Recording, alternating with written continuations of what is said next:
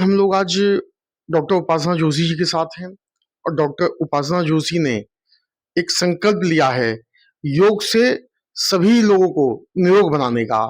तो मैडम आपका स्वागत है। धन्यवाद बहुत-बहुत आपका प्रदीप तिवारी जी। अच्छा, मैं ये सवाल आपसे पूछना चाहता हूँ कि योग आपकी साधना है, आपकी पूजा है, आपका संकल्प है, तो आप ये क्या कहना चाहती हैं योग के बारे में?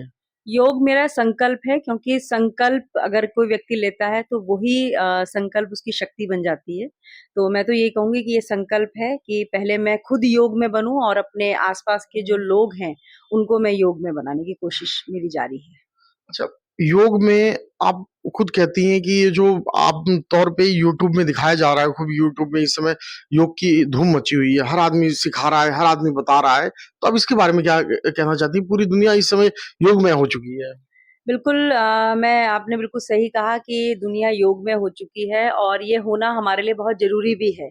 क्योंकि जैसे व्यक्ति को जीवन जीने के लिए रोटी, कपड़ा, मकान की आवश्यकता है, तो आज का जो सिनेरियो चल रहा है उसमें योग में बनना बहुत ही ज़रूरी है। लेकिन जैसा आपने कहा कि यूट्यूब पे हर कोई व्यक्ति उसको योग के बारे में जानकारी भी नहीं है कि वास्तव में योग है क्या, लेकिन वो फिर भी योग सिखा रहा है। तो वो तो मैं ये कहूँगी कि जस्ट एक जैसे सर्कस में होते हैं ना मदारी और सर्कस सिखाने वाले कि अपना सिर नीचे पैर ऊपर कर लिया, बहुत ज़्यादा टिपिकल हाथ-पैर मोड़ लिए, ये मेरी राय में ये योग नहीं है। योग बेसिकली एक साधना है। योग के बारे में मैं तो उन लोगों के लिए कहूँगी कि उनको वास्तव में जानना चाहिए कि योग है क्या? योग केवल शरीर को स्वस्थ रखना ही नहीं है, शरीर के साथ-साथ अपने मानसिक और अपने आत्मा को बल देना योग है बेसिकली, मुझे ऐसा लगता है और योग का मतलब आत्मा का परमात्मा से मिलन है।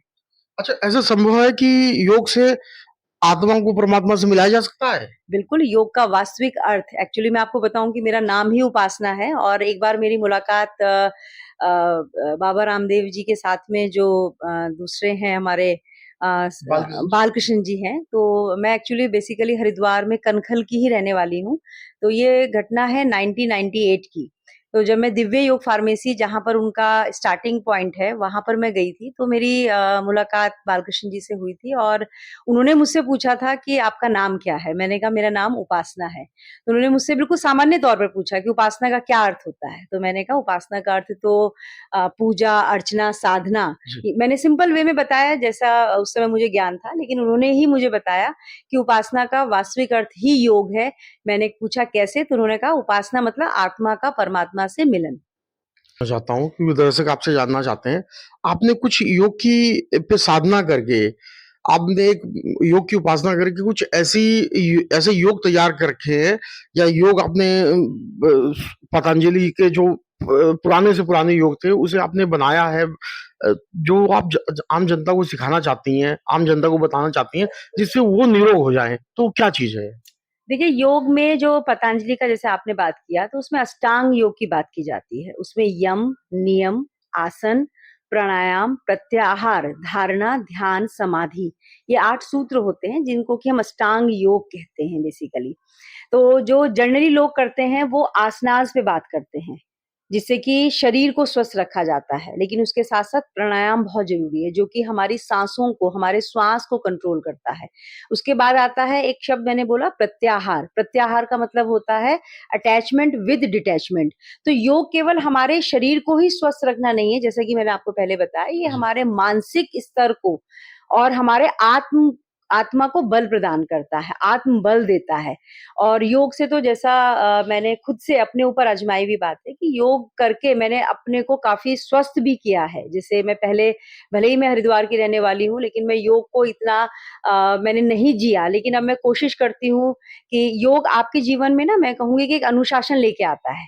जैसे मैं अपने ही ऊपर मैं दूसरों को सिखाने की तो बात बाद में करूँगी, पहले मैं अपने को ही सीखने में यकीन रखती हूँ कि सबसे पहले सुबह उठना, आप सबसे पहले उठते हैं, आपके आहार में, आपके विचार में, इन सब में परिवर्तन आता है।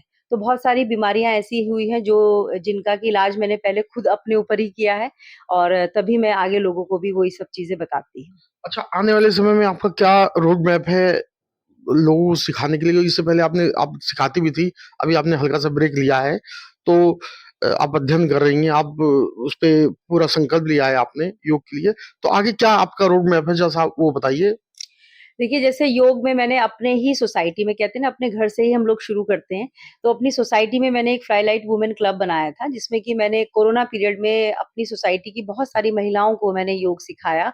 उस टाइम पे बहुत न्यूज़ चैनल अमर उजाला भी, हिंदुस्तान और कई सारे न्यूज़ चैनल के साथ में हम लोग जुड़े हुए थे और डेली हमारी कुछ ना कुछ न्यूज़ आती रहती थी।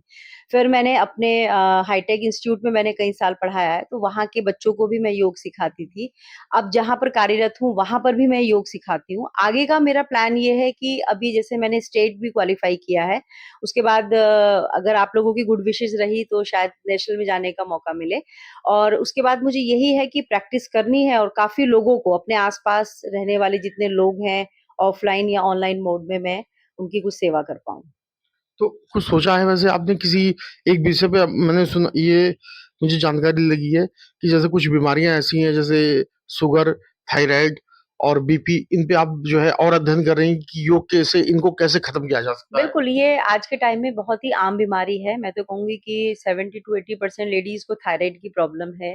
ब्लड प्रेशर बिल्कुल कॉमन हो चुका है, शुगर बिल्कुल कॉमन हो चुका है और योग से ना केवल एक फिज़िकल फ़िटनेस की बात नहीं करेंगे। हम लोग इसमें बिल्कुल हमारी कहते हैं ना कि हमारी जो काया है वो रोगों का घर है। तो अगर इसको निरोग बनाए रखना है, जैसे हेल्थ इज़ वेल्थ की बात की जाती है, तो हमें नेचुरली योग को अपनाना पड़ेगा, जिसमें कि थायराइड को दूर करने के लिए जो हमारी थायराइड ग्लैंड, पैराथायराइड ग्लैंड होती है, उसके लिए बहुत सारे योगा अभ्यास होते हैं और ब्लड प्रेशर के लिए योगाभ्यास होते हैं। जैसे छोटे बच्चे होते हैं स्कूल के, कॉलेज के, तो उनका फ़ोकस नहीं हो पाता, तो उसके लिए प्राणायाम हैं बहुत सारे, तो उन्हीं सब पे मेरा अध्ययन भी चल रहा है और उसी में मुझे आगे बढ़ना है। ये मेरा आगे का प्लान है। ये हैं डॉक्टर उपासना जोशी, जिन्होंने अपने संकल्प को बता दिया। आप इनके संकल्प को ज़्यादा से ज़्यादा शेयर कीजिए, हमारे चैनल को सब्सक्राइब कीजिए। वंदे मातरम, भारत माता की जय।